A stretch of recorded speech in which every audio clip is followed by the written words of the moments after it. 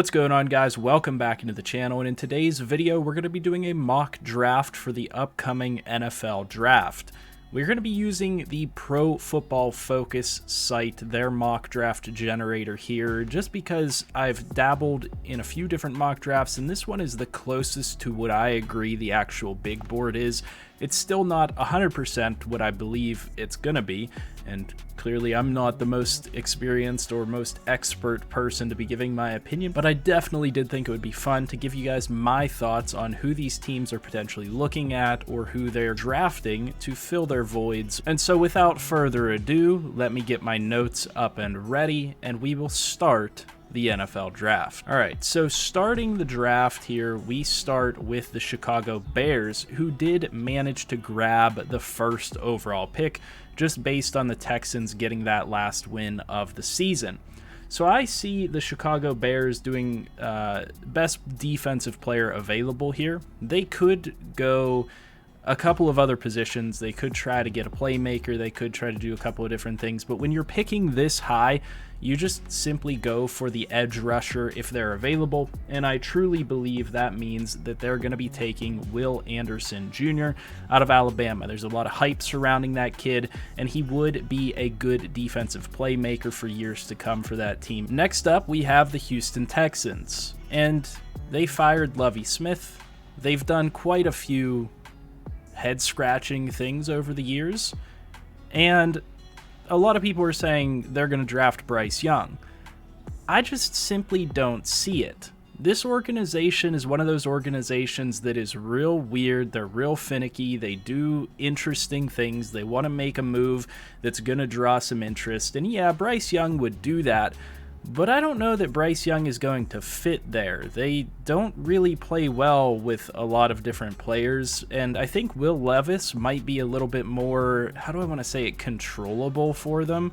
A little bit less of a flashy name per se, somebody that they can kind of fly under the radar with, maybe. I don't know exactly how to phrase it, but nonetheless, I don't have a whole lot of good things to say about the Texans organization, and I think that when it comes to them selecting a quarterback, I just don't think Bryce Young and the Texans are a good fit for each other, and therefore I have them selecting Will Levis with the second overall pick, which brings us to the Cardinals. And the Cardinals, again, are a team that have their quarterback. They don't need a guy like this.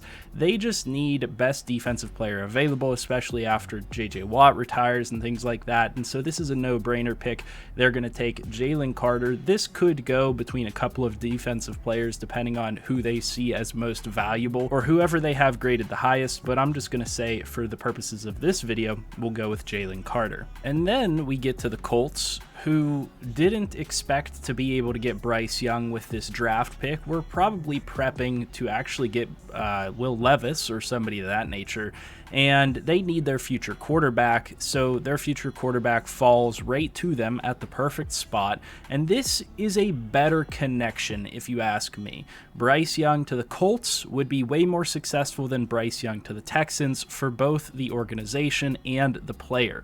Bryce Young, if he can, should avoid at all costs trying to go to the Texans, because that organization is a utter mess right now. Then we bring up the Seattle Seahawks, who are an interesting one. They might throw us a curveball here, but they do have a couple of clear positions of need. They need a little bit of a presence on that defensive line. They like defensive linemen. They already have a couple of players that have some upside. They just don't have anybody that right now makes enough of an impact to keep them in enough games. I mean, you talk about Geno Smith setting a record for that team for passing yardage, and that team has a pretty good set of weapons on the offense. They just need a little bit of help on defense, and I think one of these two guys is going to get it done. We'll go with Bryan Bresee. The Detroit Lions aren't going to go quarterback, though I do feel that they should. Then I have certain opinions on CJ Stroud and other quarterbacks within this draft. I don't know that they would fit on that team, but the Detroit Lions actually did a pretty good job this year, and they're looking up. They just need defensive help. But they got their prime edge rusher last year in the draft, and I don't know how they're going to feel about a guy like Myles Murphy or Nolan Smith. Instead, I actually believe that they are going to be very set on getting the best player in the secondary or the best linebacker that they possibly can. Those are two major areas of concern that they need to address if they want to be competitive in football games, and therefore they are going to go out and get Kelee Ringo. Ringo is, in my opinion, the best cornerback in this draft class with the highest upside. Now, PFF has Cam Smith above him, but I think Ringo is the perfect fit and the perfect player to give an edge to this secondary in Detroit. So we then come to the Raiders, who are looking to trade away Derek Carr, and I'm going to say that in the offseason they do manage to find a trade partner for Derek Carr, which leaves them wanting a future quarterback. They are going to select the future bust in CJ Stroud, which is a very Raiders pick. They're picking a quarterback that does not translate well to the NFL, and that's kind of something typical for the Raiders. It's the flashy pick, it's the player that fits the Raiders' MO, and CJ Stroud, if he has a chance of doing well, he probably has the best chance in Las Vegas. I just don't see CJ Stroud working out in the NFL. Nonetheless, the Raiders do get their project quarterback for the future. When you have a top 10 pick, again, those edge rusher type players are going to be very, very crucial, and the Falcons are one of those teams that really needs edge threats. With CJ Stroud going off the board in front of them, they really don't have a whole lot of options that they're going to love at quarterback. They take Myles Murphy. They're going to take best edge rusher available, whoever they have highest rated between him, Nolan Smith, Tyree Wilson. There's a couple of guys here that really have that upside that the Falcons could be looking for, that could make an impact, that could help keep them in games, and Myles Murphy just happens to be the guy on our list. The Panthers then make an interesting choice in Quentin Johnson, taking an impact wide receiver. Now, I could see these receivers going in a different order. Some people are saying that Jordan Addison could be the top receiver in this class. Some people are saying that the guy out of Ohio State, Jackson Smith, is the top receiver in this class. So one of those guys I see going to the Carolina Panthers. Without the option of getting their future quarterback, they have a lot of playmakers at a lot of other positions. They just could really use a playmaker that could do a little bit with the ball in his hand and extend some plays to get them those little bit of extra yardage that other teams are capable of getting, and they just simply can't right now. We then move along to the Eagles with the final top 10 pick, and they really just don't need a lot. The Eagles are a very solid team all around. They shouldn't even have this pick to begin with. This one is coming from New Orleans, and so they do have a top 10 pick nonetheless, even though they have a high chance at winning the Super Bowl this year. One of their weakest areas is their secondary, surprisingly enough. I mean, they do have some good players there. They have some very good players like Darius Slay, but they have aging players there.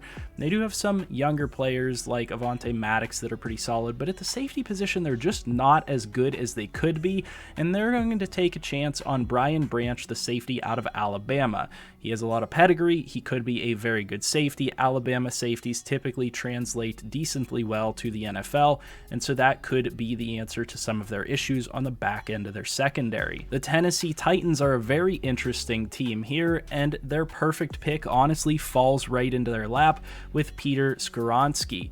They get the offensive tackle to build up and be able to replace Taylor Lewan in a little bit of time. Taylor Lewan is getting up there in age. The rest of the offensive line has not been the best over the past couple of years as they have progressively disbanded, gone to other teams, things like that. They could use some solid offensive line help, and they get one of the best offensive linemen in the draft at pick number 11. You can't argue with that pick. And then the Texans then again jump back onto the clock, and they get their impact defensive player that they were looking to get early in the draft. They don't miss out much because they get Nolan Smith, who is an impact edge rusher that's going to provide a lot off of the edge for them that they just simply don't have right now. The New York Jets' biggest problems continue to shine through, and that is their lack of receiving help, their lack of any big targets whatsoever that are reliable at the wide receiver position. And yeah, they need quarterback. They're just not going to be able to get it at this point in the draft. Instead, they go after a top wide receiver or top tight end. I really think that Michael Myers is going to be the guy if they do want to get their future quarterback, whether that be next year or in the offseason, something of that matter. They need to get a reliable tight end target. This is the biggest deal for any young quarterback or any quarterback coming into a new system. You need a big-bodied, reliable target to target over the middle, target in the red zone, and the Jets just don't have it yet. So Michael Mayer is the pick here. That's going to improve their offense potential immensely, and once they do find whatever their quarterback solution is, Michael Mayer is going to be integral to that. The New England Patriots could use help in a lot of different areas. I'm going to say that edge rusher is one of those. We saw that against the Bills. We've seen that against other teams. They just don't have an elite edge rush. They could really use quite a bit of help here, and Tyree Wilson slots right into that. I think PFF kind of has a similar idea to me in the order that these players are going to get drafted, because they are pretty much set up in the order that I would draft them in. I've only kind of gone out of order for a couple of picks like Ringo and Levis, and so Tyree Wilson I think fits into that New England scheme, and I think Bill Belichick would be able to get a lot out of him as he's beginning to wind down towards the end of his career. And this is the big pick right here. The Packers. What happens with Aaron Rodgers in the offseason? We don't know. I'm thinking that he probably retires. Who knows what's going to happen? So in my situation, Jordan Love is the quarterback now taking over, and they finally get their target in Jordan Addison. That is a huge pickup with the number 15 pick. In my opinion, the best wide receiver in this draft class. Jordan Addison is going to give them a legitimate target for a team that really struggled with receiving consistency over the past year and over multiple years. So Jordan Addison comes in kind of to spite Aaron Rodgers, in my opinion, but a great draft pick there. If Jordan Addison is available and the Packers somehow pass on him, I don't really care what else they pick. It's probably a mistake. The Commanders could use help in a couple of areas, but I really pinpointed that the secondary is one of those. And the Commanders I could see being a team that has Cam Smith rated as the top cornerback in the draft class. So the Commanders are going to take Cam Smith, who fell to number 16. They might see that as a very big win, and that is a really nice connection for those two. He'll slot in and be able to develop well with really good players all around him on that team. I mean, they really have potential to be a competitive team. They're just missing a couple of things like, I mean, Sam Howell could be the quarterback. I mean, if he continues that performance that we saw the other day, Sam Howell could be the guy, but they are missing a couple of things, and cornerback is one of them. We then come to my team, the Pittsburgh Steelers, and Paris Johnson Jr. is the obvious pick here. They need a little bit of help at multiple positions. Offensive line, I think, is the big talking point, as well as the secondary. I just don't see them taking a cornerback here in the first round, and the big offensive tackle out of Ohio State could help them get the job done in the run game and in the passing game. Could be very good to hook him up with Kenny Pickett. So Paris Johnson Jr. goes to the Pittsburgh Steelers at number 17. Now we're starting to get into the randomized order, or whatever the order. I don't really know how the order works at this point. It's whatever PFF is projecting these playoff teams will end up finishing at. So keep that in mind. This is not my projection of who's going to win the Super Bowl or anything like that, but this is just the order that the draft is giving me. Now the Lions come back again in the first round with the 18th pick, and I said the first time around, best secondary or best linebacker. If we go back up, we'll see that with that pick, we've selected Ringo, the best cornerback, and so they're going to take the first linebacker off the board here in Trenton Simpson. Now, there are a couple of other linebackers that I think are potential first-round talents. They're all rated pretty low by PFF, but Trenton Simpson has a high upside. I really like that, helping to solve some of their issues on the defense, and the Detroit Lions get a lot stronger by adding two very high-end defensive players that could really help them. We then jump to the Tampa Bay Buccaneers, who, in my opinion, are primarily in need of some pass rushing help. There are some other areas that are of concern here, but based on what's available on the board, I think that edge rusher is probably going to be the best fit for them. So we could look at Jared Verse or Felix Uzomah here. I'm going to take Jared Verse. These two players, not too far apart in my personal opinion. It's just going to be a matter of which one fits their scheme a little bit better. This time we're going with Jared Verse, and yeah, we are skipping over players like Tanner McKee and whatnot. I just don't see them as a true first round type of a talent at quarterback, and that brings us back around to the Seattle Seahawks, who we already talked about needing a little bit of help on the defense. We picked up a defensive line for them. Now we're just going to go best defender overall, and based on what we have left on the board, that's going to be Jalen Jones. And as we get towards the end of this draft, we're really starting to see teams that don't have a ton of needs. So it's really not going to be super difficult to pick for these teams in my opinion, because there's not a whole lot of debate one way or the other. Some of these teams will surprise us for sure. Some of these teams are known for making dumb moves, but like the Jaguars, for example, they're one good offensive lineman, one healthy offensive lineman away from being a very good team. I see Broderick Jones as a guy that could make that difference for them. Don't get me wrong, their offensive line is decent as is, but they have some injury issues and things like that need to be resolved, and so Broderick Jones is a guy that can help out in that area. And then we get into a team like the Giants. I think they're deciding to keep Daniel Jones, and I don't know that that's necessarily a bad decision. It could be a bad decision, but I think that a very good playmaker could make a difference for them. They have a lot of receivers that just really aren't as good as they should be, and I know that some of that is Daniel Jones, but if you got a guy like Jackson Smith here, he would make a huge difference for this team. And so I think they take a playmaker at wide receiver. They get back a playmaker, a guy that can really help you in that passing game to spread the field and take some pressure off of a guy like Saquon Barkley and maybe get you over that hump. As a Pittsburgh Steelers fan, I know the Baltimore Ravens all too well, and the Baltimore Ravens are a team that could really use a little bit of edge rusher help. They're a team that has those players that get a good number of pressures, but they just don't get all the way home, which means that they're not necessarily or technically the best players that they could be. They could be close, and they could stick with those guys, but I think a guy like Isaiah Foskey, or Foskey, I don't know exactly how to say his name, could be the difference maker for them. I've heard a lot about that guy, and I think that he could be a potentially really good fit with the Baltimore Ravens defense and really send them over the edge, even though Roquan already made them a top 5 defense once he came over to the team. And then there's the Chargers, who are another team that just don't have a ton of needs on paper. One of those needs that I think they do have, though, is offensive line, and I think specifically interior offensive line. I think Osiris Torrance would be a huge pickup for them, a player that could help fill some of that issue on the interior of the offensive line, help in the pass game and the run game, and help keep the consistency there with keeping Herbert clean as well as opening up holes for Eckler. I think that would be a really solid pickup for them to get one of the better guards in this draft class.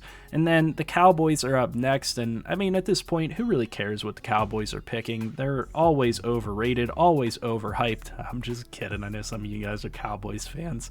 But I would say the Cowboys probably could utilize a linebacker, maybe an edge rusher.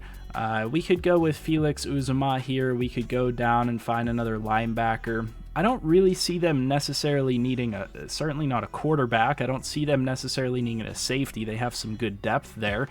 There's a couple of edge guys available, and maybe an offensive lineman to continue their process of phasing out the old guys, but I don't know. I just see edge rushers making the biggest impact here. So you guys pick between who you think that they would take here, but I would say BJ Ojulari is probably the best candidate. Maybe that's some LSU bias coming into play, but nonetheless, I think a player that would make a significant impact if they did give him some reps early on. And all anybody can ever talk about with the Bengals is their offensive line and their woes there. Again, they're a team that has invested substantially in their offensive line, but a lot of the issues they have is still with their injury issues. And so I'm going to go with Anton Harrison out of Oklahoma, draft another good offensive lineman that can help pass protect for Joe Burrow. And then we go to the Vikings, who, in my personal opinion, need a lot of roster help. I think they're one of the most overrated teams in the league. They only have as many wins as they do because the Packers slid this year. And, you know, maybe they're going to prove me wrong, but seems like a team that's going to go into the playoffs and get handled by an actual good playoff team, but I could be wrong. I mean, they have Justin Jefferson, who, you know, changes just about any game, and Kirk Cousins is playing pretty well this year. And on top of that, Dalvin Cook has stayed healthy for the first time in his career. So that's huge. And that actually answers some questions, because I was thinking, maybe this team could take a running back because of Cook's injury issues, but he didn't have those this year. He played every single game. And so instead, we're going to go ahead and take a player that might not necessarily be on everyone else's radar, but we're going to go with a wide receiver in Josh Downs. We're going to get the future target to go opposite of Justin Jefferson. We've got to remember Adam Thielen's getting up there in age, and beyond Jefferson and Thielen, their receiving core is just not quite as good as it could be. It's just not very good at all, to be honest with you. And so that could give them some real upside and have to take some of the pressure off of Justin Jefferson and really put defenses in a bind. The Broncos are a difficult team to call. They have this pick off of San Francisco. They're a team that traditionally messes things up. It all depends on whether you think they're going to stick with let's ride or not. And I personally see them kind of flubbing this one and picking a guy like Tanner McKee. Not to say that Tanner McKee can't be a good NFL quarterback, but I see them making a dumb decision. They make dumb decisions constantly. They're one of those franchises that just seems to never get it right. And so Tanner McKee is going to be the pick there. And I just see it being a situation where like they don't start him and then they play poorly with what they got. And it's just not a good situation. And so, you know, that's the Broncos pick. I'm not going to say too much more on it. They could go a bunch of different directions. They traded away Bradley Chubb. They could get an edge rusher. There's a couple of different things they could do, but I just don't see it working out that way. The Buffalo Bills are next, and they could do a couple of different things. They like to stack 9 edge rushers behind each other at the same position, so they could go with Felix Uzomah. And we know how much they like to have, you know, like I said, 9 edge rushers at the same position and players that can't even get on the field, even though they have elite pedigree.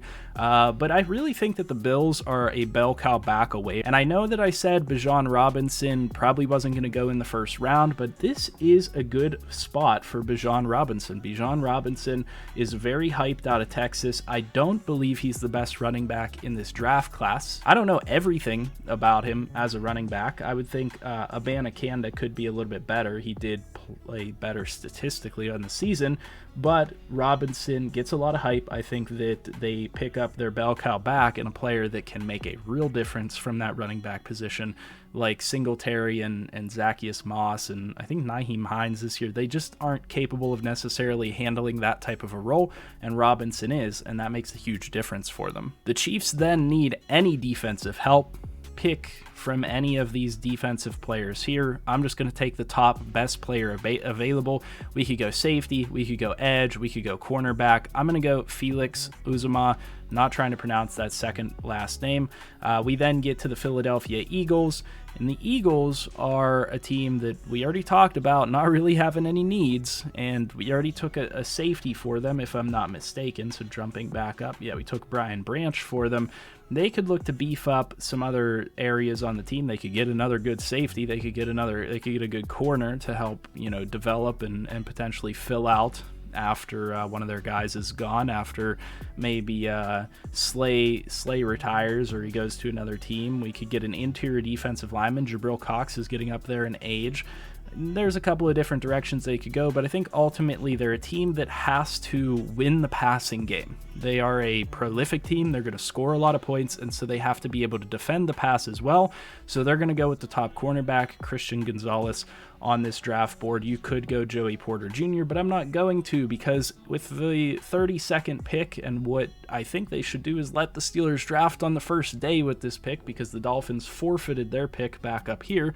So this is technically pick 32.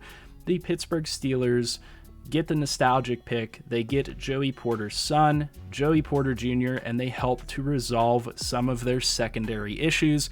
A pick that I really hope happens. It might happen earlier. That might be their pick at pick 17 or 18 or whatever it is.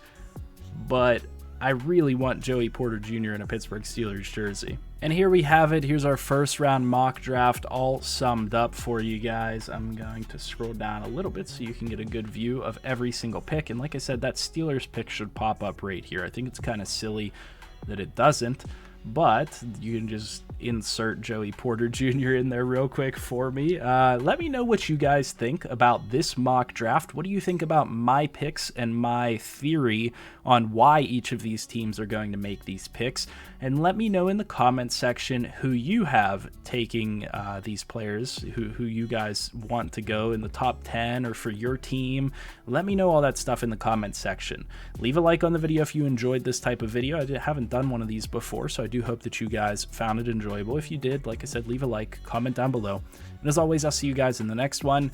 Please, if you want to financially support the channel, you guys can go check out my Patreon. The link is in the description. It helps to keep these videos going because we all know that the YouTube algorithm is not the best sometimes, and to be honest with you, the financial side of things help to make these videos possible, to get the right equipment. You guys have noticed that over the years I've progressed my camera, I've progressed my equipment, I've progressed the sound, all this stuff. A lot of that is enabled by the financial side of it, and so if you guys want to see this channel continue to grow, you guys might want to consider doing that. That would be extremely appreciated. But nonetheless, this channel is all about you guys. I hope that you guys enjoyed. See you in the next video.